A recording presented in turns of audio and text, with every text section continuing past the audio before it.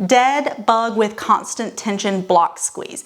You just saw me go through 3 different variations. I did them from most challenging to least challenging. Let me explain to you why. So, part of the challenge of this exercise is the control of our deep core to keep our pelvis in a posterior pelvic tilt. So that just means that the pelvis is rolled up a little more towards the rib cage, and our deep core has to be able to exhibit some pull for us to be able to do that. Now, when we have our elbows pressing against the block right here, this is the most challenging way for us to do that. It is pretty difficult to achieve that tension with the deep core and be able to coordinate all the pieces. A little bit easier is when we give ourselves a little bit more space and we have the hands pressing into the yoga block right here. So it's not quite as challenging and we're not using quite as much tension in that position. Now, the way that I love to use still on myself all the time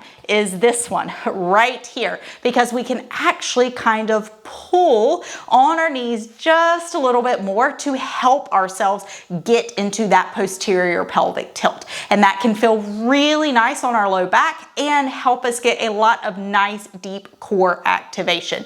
Now, I'm going to go through how you activate your deep core, and that will be the same regardless of what position or variation that you are using.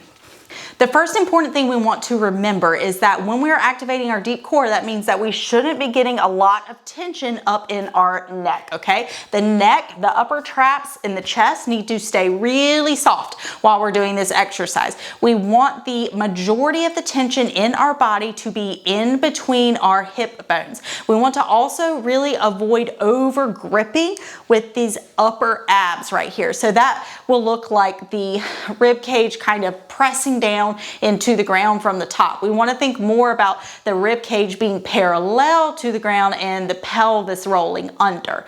Now, a great way that I've found to really kind of figure out what's going on right here with the deep core, especially in this exercise, is that you can literally just take like a towel. So this is it's a dried up baby wipe, because that's what I happen to have here in the shed. And you just place the towel like over that low deep core right here, okay? Now, you want to see what happens when you exhale. Does your towel move up or does it move down? Okay, so if I'm doing this and then exhale, so the towel moved down slightly. As opposed to here, exhale, you can see how my towel moved up. So it literally gives you a visual feedback of the strategy that you're using. So make sure to give that a try if you're unsure, if you're really kind of being able to get the TVA to kick on, to draw in and up. Now, when we exhale very softly and slowly, that's going to allow us to use more transverse abdominis or low deep core muscles than it will oblique muscles. So we want to think about a exhale versus a exhale.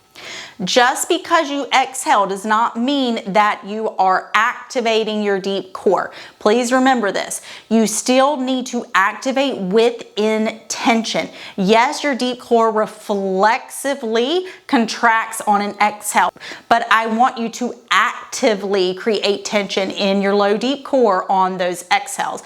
There is a difference, and a lot of times I will see people just and they're not actually getting the activation in the low deep core. So this is an isometric exercise, which means you're just going to be holding the same position. As you're in the position, you're inhaling through your nose, shoulders stay nice and wide, chest stays open, and then you're exhaling, zip, zip, zip, zip, zip, zip, zip.